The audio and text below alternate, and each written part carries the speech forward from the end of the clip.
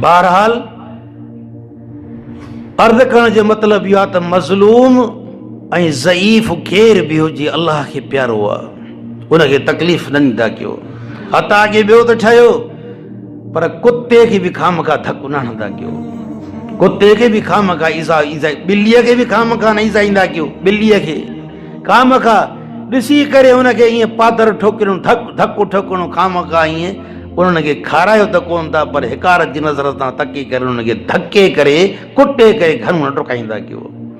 बहरहाल अल्लाह खां दुआ आहे त अल्लाह सुब्हानहू व तआला असांखे इन मज़लूमनि जी ख़्यालदारी करण जी तौफ़ीक़ इनायत फरमाए, ज़ईफ़नि जी ख़्यालदारी करण जी तौफ़ीक़ इनायत फरमाए, इन्हनि ज़ईफ़नि सां बर्ताव ॾाढो सुठो कंदा कयो। ॿियो त ठहियो पर अॼु असांजा अबू अम्मा बि जेके ज़ईफ़ आहिनि इहे घर में मज़लूम लॻा वेठा आहिनि थिया, ख़ुदा ॼाणे थो खोड़ जाइनि ते वीचारा कमज़ोर मज़लूम लॻा वेठा आहिनि थिया। ओके बिस्तरे ते हवाले आहिनि, के छिड़बूं था खाईंदा वतनि, किन खे टुकुर सही मिलियो, किन खे टुकुर सही न मिलियो। इहे वरी असां फ़ैसिला, इहे असां वरी मर्द हज़रात वरी अमड़ अबे जा जेके मामला आहिनि इहे वरी घर वारनि जे हवाले करे छॾींदासीं, पुटनि जे हवाले करे छॾींदासीं। ख़ुदा तोखां पुछंदो, तुंहिंजी घरवारी को न पुछंदो।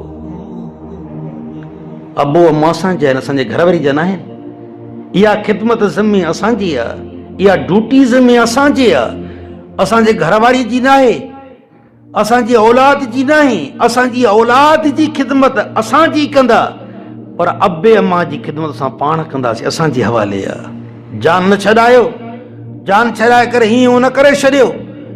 तंहिं करे अबो अम्मा असांजा इन खां वधीक को ज़ईफ़ कान्हे, को ख़िदमत जे मुस्तहिक़ कान्हे, इन खां वधीक को बि कान्हे को। हता की एतिरे क़दुरु जेकॾहिं तोखे रोके रखनि था त मूंखे पेशाब करण वारो न आहे, मूंखे हथ विझण वारो न आहे, मूंखे सहारे ॾियण वारो कोन्हे को। हता की रुकिजी पओ, ॿाहिरियां कम छॾे करे पहिरियों अबे अम्मा जी ख़िदमत कर, क़यामत ॼाण न त ख़ुदा पुछा कंदे। बसि काॾे वञूं?